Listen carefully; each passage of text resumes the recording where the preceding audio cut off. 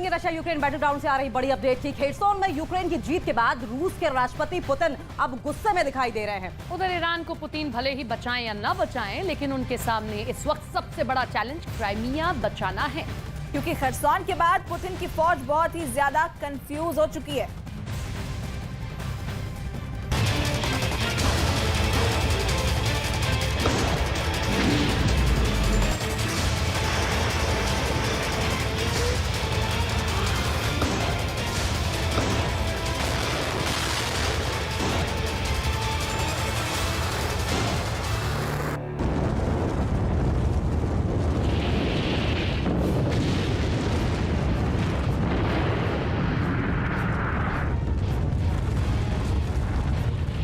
Ukraine जंग के दौरान रूस के राष्ट्रपति व्लादिमीर पुतिन को जोर का झटका भी जरा जोर से ही लगा है।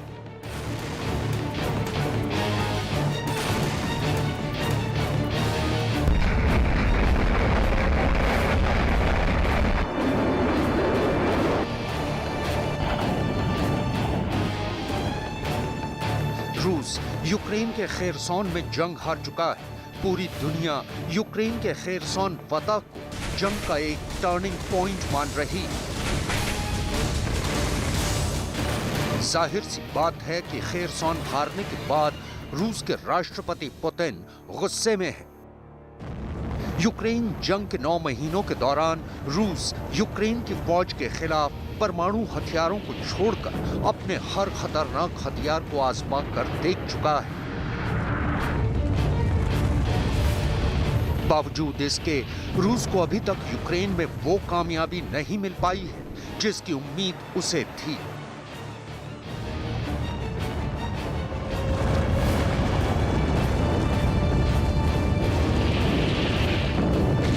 ऐसे सूरते हाल में रूसी सेना का खेरसोन हारने का मतलब है कि अब रूस पूरी तरह से बैकफुट पर आ चुका है। लिहाजा अब राष्ट्रपति पुतिन ने खेरसोन की हार का बदला लेने के लिए यूक्रेन जंग के दौरान अपने तरकश के आखिरी हथियार को आजमाने का फरमान सुना दिया है। इससे पहले हम आपको ये बताएं कि राष्ट्रपति पुतिन अपने किस हथियार से यूक्रेन पर आखिरी वार करने की तैयारी में है। उससे पहले आपको यहाँ ये बताना जरूरी है कि रूस को खेरसोन में मिली हार को आखिर क्यों इस जंग का टर्निंग पॉइंट माना जा रहा है। खेरसोन शहर में आती यूक्रेन सेना की गाड़ियां, खेरसोन के लोगों के साथ सेल्फी खिंचवाता यूक्रेन सेना का एक जवान, मोटरसाइकिल पर यूक्रेन के झंडे लगाकर शहर में घूमता एक नौजवान और खेरसोन को छोड़कर जाने के बाद रूसी हथियारों के जखीरे का निरीक्षण करते यूक्रेन की फौज के अधिकारी। ये वो तस्वीरें हैं जो इस हकीकत की तस्दीक कर रही हैं कि खेरसोन शहर को रूस की सेना छोड़कर जा चुकी है। दरअसल खेरसोन के ज्यादातर इलाके पर रूस ने यूक्रेन जंग के शुरुआती दौर में ही कब्जा कर लिया था। लिहाजा रूसी सेना के खेरसोन छोड़कर जाने के बाद शहर के लोगों के साथ साथ यूक्रेन के राष्ट्रपति व्लादिमीर ज़ेलेंस्की का भी जोश हाई है। राष्ट्रपति ज़ेलेंस्की के मुताबिक खेरसोन शहर को छोड़ने से पहले रूसी फौज ने शहर में जगह जगह लैंड माइन्स और बूबी ट्रैप्स बिछा दिए हैं। Станом на цей вечір силами оборони встановлено контроль більш ніж у 60 населених пунктах Херсонщини. Поліція розпочала стабілізаційні заходи. В самому ж Херсоні теж тривають стабілізаційні заходи. Всюди, на звільненій території, дуже багато роботи у наших вибухотехніків. Вже вилучено майже 2000 вибухонебезпечних предметів, мін, розтяжок, боєприпасів, які не розірвалися. Окупанти перед втечею з Херсону знищили всю критичну інфраструктуру. Зв'язок, постачання води, тепла, електрики. У рашистів всюди однакова мета – максимальне знущання з людей. Але все ми відновимо, повірте, хоч для цього потрібен і час, однак всім вже зрозуміло, результат буде наш. यूक्रेन के राष्ट्रपति ज़ेलेंस्की ने खेरसोन फतह के लिए यूक्रेन की फौज के हर एक जवान और अधिकारी का शुक्रिया अदा करते हुए कहा कि अब वो बहुत जल्द ही रूस के कब्जे से यूक्रेन के हर इलाके को आजाद करवाएंगे। Дякую вам, воїни, за вашу стійкість, за вашу хоробрість. І я приєднуюсь до подяк і бажань, які вже отримали від херсонців наші бійці 28-ї, 63-ї окремих механізованих бригад та 59-ї окремої мотопіхотної бригади, наші розвідники, наші бійці Сил спеціальних операцій, нацгвардійці. Молодці. Дякую всім за блискуче виконання завдань для звільнення Херсону. Буде так в Генічеську і в Мелітополі. Прийдемо до всіх наших міст і сіл Донбасу обов'язково побачимо, як там в Криму українські сили зустрічатимуть з українськими прапорами, як і там зберігають, які там сотнями будуть на вулицях в день звільнення.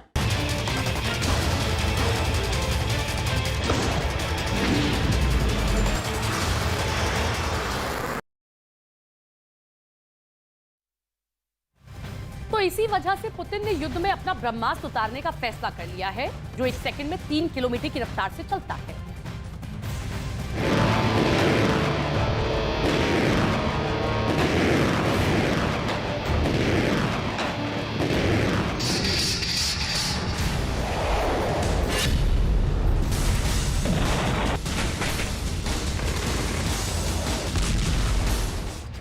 ये तो रही खेरसौन फतह की कहानी।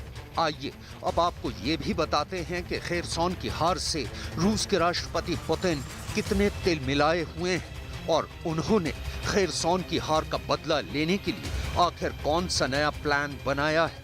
इतना ही नहीं, हम आपको ये भी बताएंगे कि खेरसौन की हार का बदला लेने के लिए राष्ट्रपति पुतिन अब मैदानी जंग में अपना कौन सा हथियार उतारने वाले हैं। इस हथियार के बारे में तफसील से बताने से पहले आइए हम आपको उसका एक वीडियो दिखाते हैं।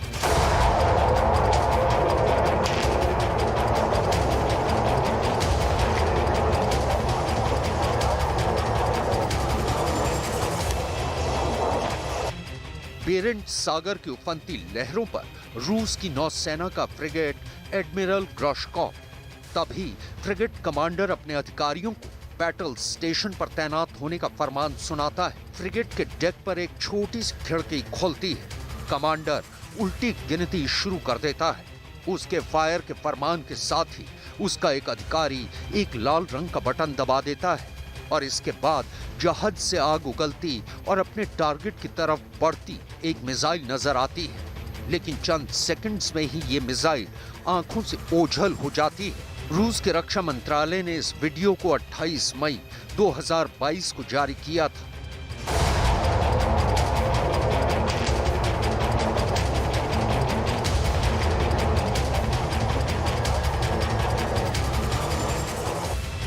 इस मिसाइल टेस्ट के बाद रूस ने दावा किया था कि ये उसकी हाइपरसोनिक क्रूज मिसाइल ज़िरकॉन है। रूस का दावा है कि उसकी ज़िरकॉन हाइपरसोनिक मिसाइल 11,000 किलोमीटर प्रति घंटे से भी तेज गति से उड़ान भरते हुए 1,000 किलोमीटर दूर अपने किसी भी टारगेट को तबाह करने में सक्षम है। आइए अब आपको बताते हैं कि आखिर क्यों ज़िरकॉन मिसाइल यूक्रेन के लिए अच्छी खबर नहीं कही जा सकती है। दरअसल ब्रिटिश अखबार डेली मेल का दावा है कि रूस के राष्ट्रपति पुतिन ने अपनी इस नई हाइपरसोनिक मिसाइल को यूक्रेन जंग में उतारने का फैसला कर लिया है। इतना ही नहीं, उन्होंने हाइपरसोनिक ज़िरकॉन मिसाइल के उत्पादन को बढ़ाने का निर्देश भी सुना दिया है। इसका सीधा सा मतलब ये है कि अब रूस जंग में यूक्रेन के खिलाफ ज़िरकॉन मिसाइल का इस्तेमाल करने वाला है। आइए अब आपको बताते हैं कि ज़िरकॉन मिसाइल कितनी घातक है। ज़िरकॉन मिसाइल को 3M22 ज़िरकॉन भी कहा जाता है। ज़िरकॉन 1,000 किलोमीटर तक मार करने में सक्षम है। ज़िरकॉन आवाज की रफ्तार से 9 गुना तेज उड़ान भर सकती है। ज़िरकॉन एक सेकंड में 3.1 किलोमीटर की दूरी तय करती है और एक घंटे में 11,000 किलोमीटर तक पहुंच सकती है।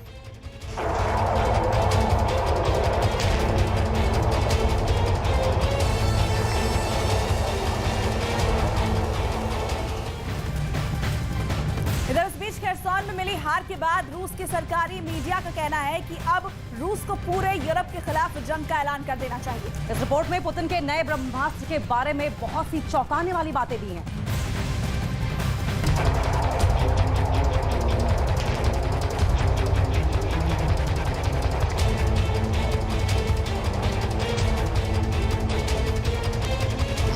नई हाइपरसोनिक मिसाइल जिरकॉन के बारे में यह दावा किया जाता है कि जैसे ही इसे लॉन्च किया जाता है, ये तेज रफ्तार से आसमान की तरफ भागती है और फिर कहां गायब हो जाती है पता नहीं चलता। यानी इसे ट्रैक कर पाना भी दुश्मन देश के लिए मुमकिन नहीं है। दरअसल जिरकॉन एक हाइपरसोनिक क्रूज मिसाइल है। जिरकॉन को पनडुब्बी, जंगी जहाज या जमीन पर लगे लॉन्चर से दागा जा सकता है।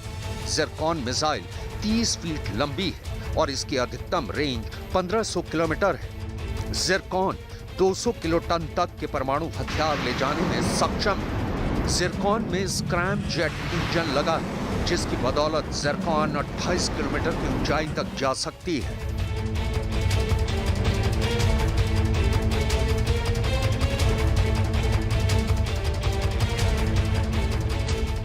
दरअसल राष्ट्रपति पुतिन की इस नई हाइपरसोनिक क्रूज मिसाइल की रफ्तार ने यूक्रेन के साथ साथ कई देशों की परेशानी बढ़ा दी है, क्योंकि ये सिर्फ एक घंटे में 11,000 किलोमीटर का सफर तय करती है। लिहाजा जब तक कोई एयर डिफेंस सिस्टम इसे रोकने की कोशिश करेगा, तब तक ये तबाही मचा चुकी होगी। रूस के राष्ट्रपति व्लादिमीर पुतिन जिरकॉन मिसाइल को अपने देश के बेजोड़ हथियारों की नई पीढ़ी का बता चुके हैं।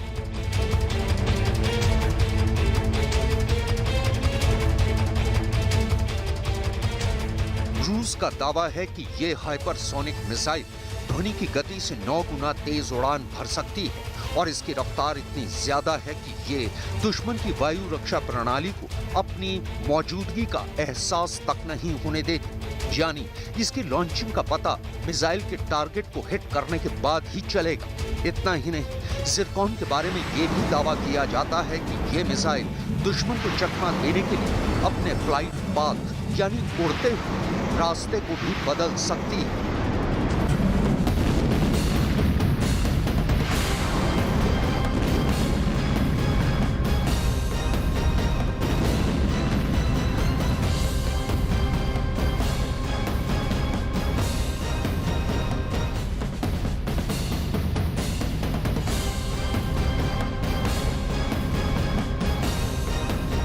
खेरसोन में मिली हार के बाद रूस के सरकारी मीडिया का कहना है कि अब रूस पूरे यूरोप के खिलाफ जंग का ऐलान कर देना चाहिए और उन पर परमाणु हमला कर देना चाहिए।